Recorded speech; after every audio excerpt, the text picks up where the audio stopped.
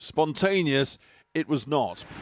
An organised, strategic arson operation across at least 15 Mexican states. Lorries, cars, shops, businesses. The government's Special Forces operation, which killed the boss of Mexico's most violent drugs cartel, answered with what that cartel does best. More violence.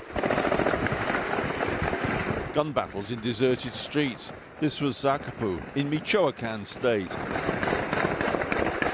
The drug gang calling the government's bluff. Whack us and we'll hit back.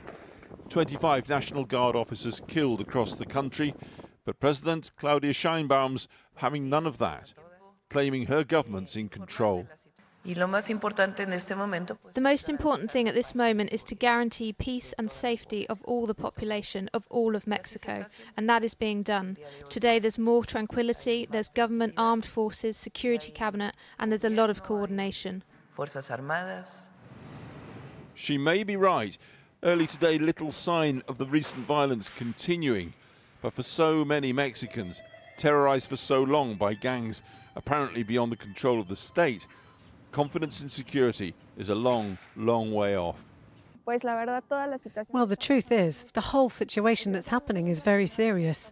Unfortunately, it's not the first time we're experiencing this. Fear is everywhere on the streets. Honestly, I'm coming to school with worry. I'm coming with some fear and apprehension. We don't know what kind of impact it will have. It's gone on for decades. People hanged from bridges as a lesson to others not to cross the gangs.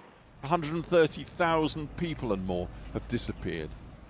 The government said it was helped by US intelligence moving against El Mencho or Nemesio Oseguara Cervantes, longtime head of the Jalisco New Generation Cartel, subject of a $15 million reward from the US government, responsible, they say, for trafficking cocaine, fentanyl and other drugs across the border. Authorities say he was injured in the raid and died en route to Mexico City. It's very likely that we're now going to see fighting between potential successors of Mencho. This is just one leader and a very important leader. And of course, the killing has been very symbolic and a strong political statement. But of course, the structure or the organization as such is still intact. Smoke-shrouded Puerto Vallarta on the Pacific coast. Tourist honeypot. Once upon a time, Richard Burton and Elizabeth Taylor fell in love here. Things a bit different in recent days. This was El Mencho's home turf. Chaos at Guadalajara airport.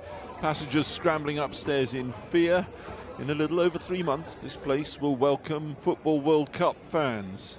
Months in which the massive drugs gang will now have to find a new leader.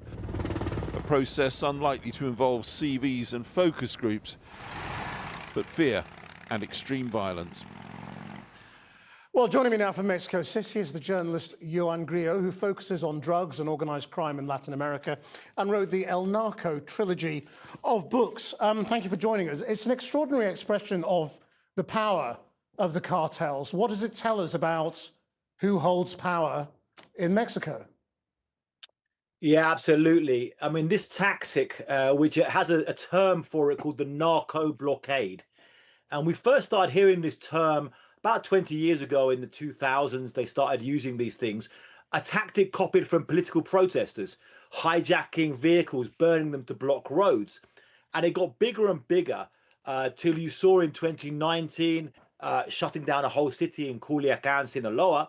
And then we've seen this on a new scale. They talk about 252 different incidents across the country. You know, schools shut down, really the whole country shut down, and people in shock. One thing that was really remarkable this morning in the press conference, when you had the defense secretary talk about the death of the soldiers and 25 soldiers killed, is an enormous loss for the Mexican military. Imagine that on a single day. And he was holding back tears. I think that really reflects the shock. So a question of holding power or using violence to threaten the state. And one academic called Ben Lessing has a term, he calls it violent lobbying. You use violence to try and get the government, to lobby the government to back off. How much pressure has the Mexican government been under from the Americans, particularly ahead of the World Cup, to crack down? Immense pressure since as soon as Trump got in, even before Trump took power, once he won the election, he was threatening Mexico on this issue. He was saying, unless Mexico cleans its house and fights cartels and stops fentanyl coming to the United States and killing Americans and stops migrants coming and flooding our southern border, we're going to impose 25% tariffs, or we're going to go in with our military and do unilateral US military attacks on these cartels.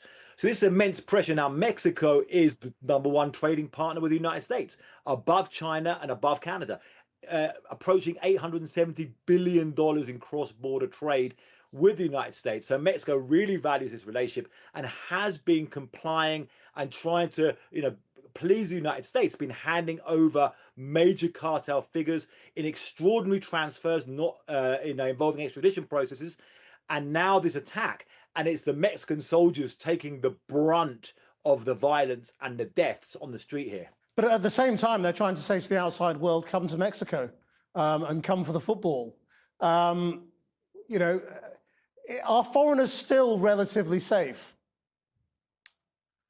Well, yeah, the question of the World Cup, and one of the sources was telling me that the part of the US pressure was saying, you've got to take this guy Mencho down before the World Cup, kind of using that as a form of pressure, saying, because there's going to be games in Jalisco state itself. So you've got to take that gangster out before we have a joint World Cup. However, actually, by taking him out, you make the world see the violence, and people who've got tickets for the World Cup will be scared.